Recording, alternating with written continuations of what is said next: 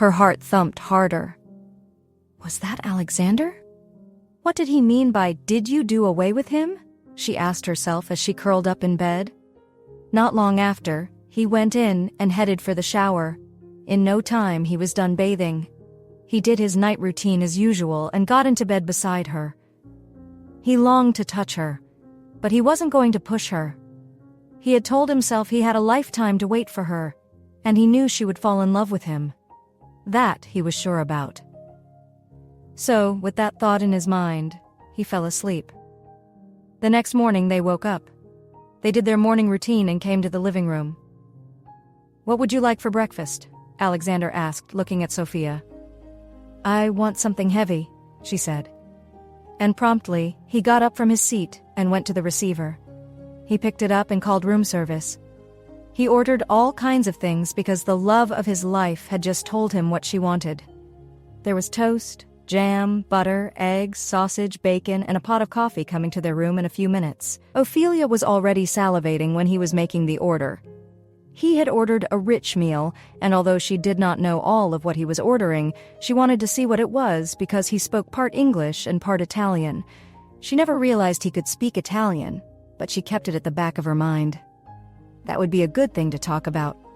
How did he learn to speak such good Italian? She thought to herself. As they were waiting for the food to arrive, he turned on the TV and asked Ophelia to come sit beside him on the sofa. Ophelia shook her head vigorously. "Come sit beside me, Ophelia. I want to feel your warmth," he said with his eyes boring into hers.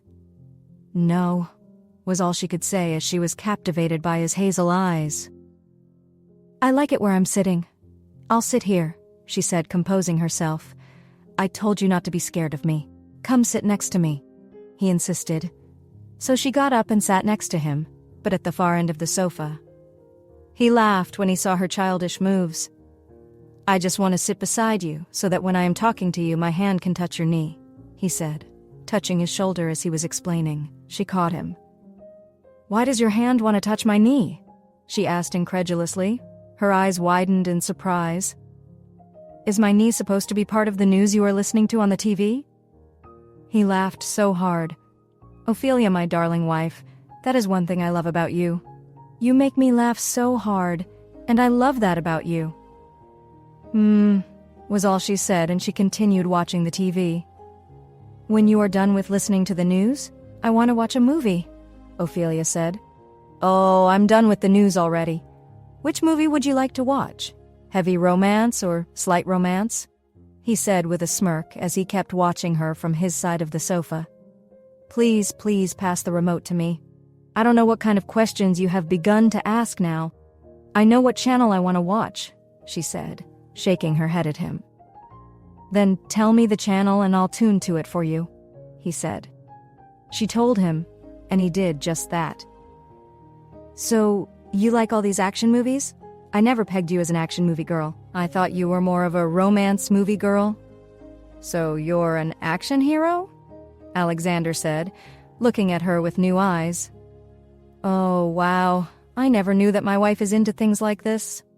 "That's good to know," he said, shaking his head. Some of them began to watch the movie, and a knock on the door announced that their breakfast was there. So Alex opened the door, and they wheeled in the trolley. The waiters came in and arranged all kinds of breakfast things on their dining table. Ophelia came to sit at the table during this process, and when they were done, Alexander tipped them well. They wheeled out the trolley, and then he locked the door. He came to the dining table and served her. "Please don't give me too much. I want to eat it a little at a time," she said to him. He nodded in understanding. "Okay, I'll just give you a little bit. Would you like me to butter your bread for you? Would you like me to maybe put cheese on it?" he asked her, and everything she wanted he did for her. They were enjoying their meals. "You know what? I can't believe you are enjoying your meal. I thought you don't eat. I thought the great Alexander Prescott doesn't take breakfast," Ophelia commented. "Oh? What do you think I do for breakfast? Maybe I eat young girls like you for breakfast," he said, narrowing his eyes at her as he smiled. "Yes, definitely something like that," she answered quicker than he expected. He laughed at her response. "I'm human. I take breakfast and I eat bread, toast, bacon, and sausages." Oh, okay, I thought you were a vampire or something because of, how creepy you are, she said, laughing. Also, you said I should remind you of somewhere you are going to take me to. Let's be done with this. We may likely spend a long time at this place. When they were done, she took her handbag, and Alex took his wallet. They stepped out of their suite, locking the door. They rode the elevator down to the foyer. As they approached the front desk, the limo driver was there waiting. He came toward them. "Sir, are we going now?" he asked quizzically. "Yes, we are," Alexander answered. "Then let me bring the limo out front," the driver said, hurriedly leaving them to do as he had told them he would. In no time, Alexander was in the car with his wife, and they were headed to the secret location which Ophelia knew nothing about. "Sir, where are we headed to?" the driver asked midway. "Tuscany," Alexander said. "Where is that?" Ophelia asked. "It's another city, but not as big as Rome. Winemakers live there," he said to her as her eyes glimmered with excitement. "So are we going to take some freshly pressed wine?" she said excitedly. "Yes, we are, if you want to," he said, smiling at her. "Of course I want to. I want the sweet wine. Keep that in mind." "Okay, Ophelia. I hear you." Once they got to Tuscany, Alex opened the car door for her to get out and held her hand. Ophelia looked around, and it was an estate with a mansion right in front of her. "What is this place?" she asked herself. He pulled her in, and as they went in, everybody they met knew Alexander. They greeted him, and he introduced her to them as his wife. They all congratulated her, welcomed her, and kissed her on both cheeks. For the first time, Ophelia felt loved by these people, which was very rare where she came from. It seemed like with Alexander by her side, life wasn't so bad. "I used to work here as a boy. I used to be a grape crusher until I graduated. Now, the owners left it to me, and it's mine now," he explained to her. Ophelia nodded in understanding. "Come, let me show you everywhere," he said, taking her hand as they walked along the cobblestone path. Not long after, they got to the vineyard, and she picked some grapes and tasted them as they passed by. "Can I take a bunch back to the hotel?" she said like a little child. Alexander couldn't say no. He didn't want to. "Yes, of course. If you want us to take some back, we will," he responded.